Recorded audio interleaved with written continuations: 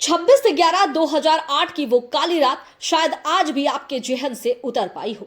वो खौफनाक रात जहां एक के बाद एक निर्दोष व्यक्तियों की जानें ली जा रही थी। सड़कों पर खूनी खेल चल रहा था।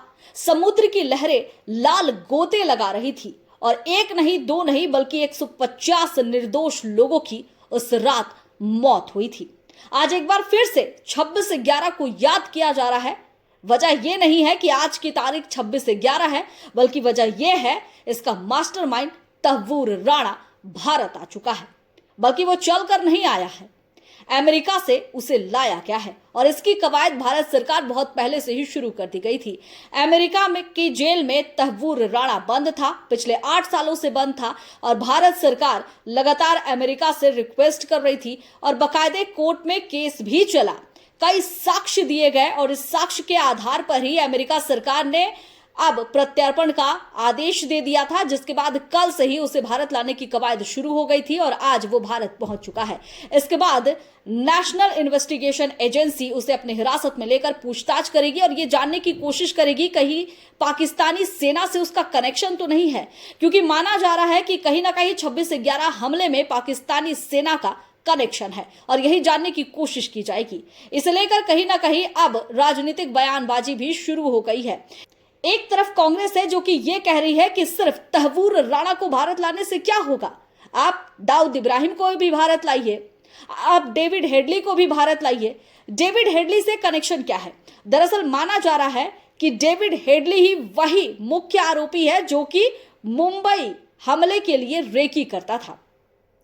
अब यह भी समझना जरूरी है कि पाकिस्तानी सेना से तहव्वूर राणा का कनेक्शन क्या है।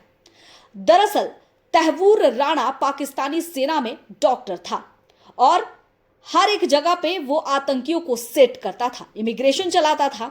डेविड हेडली को वो मुंबई भेजा था और यहां से वो 26/11 हमले के लिए रेकी कर रहा था, हर जगह की छानबीन कर रहा था और इंफॉर्मेशन तहव्वूर राणा तक पहुंचा रहा था। इसीलिए तहव्वूर राणा के साथ ही डेविड हेडली को भी भारत लाने की मांग तेज हो गई है।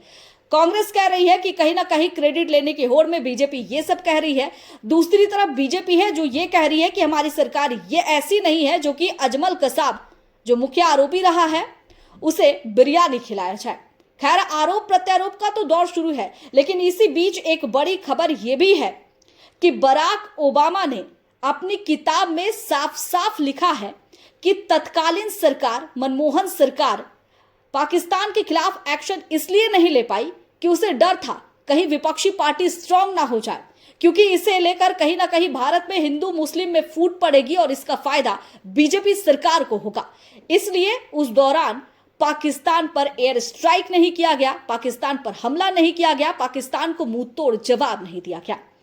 खैर, ये तो राजनीतिक बयानबाजियां हैं, लेकिन बराक ओबामा ने जो बात कही है वो भी एक गंभीर विषय है, सोचने वाली बात है। क्या सचमुच ऐसा हुआ था? लेकिन अब देखना है कि तहव्वूर राणा को भारत लाने के साथ ही भारत सरकार इस हमले के मुख्य और भी जो मास्टरमाइंड है उसे कब तक भारत लाती है और साथ ही अगर पाकिस्तानी सेना से कनेक्शन निकलता है तो फिर क्या कुछ एक्शन होता है। मेरा ये वीडियो आपको कैसा लगा कमेंट करके जरूर बताइएगा।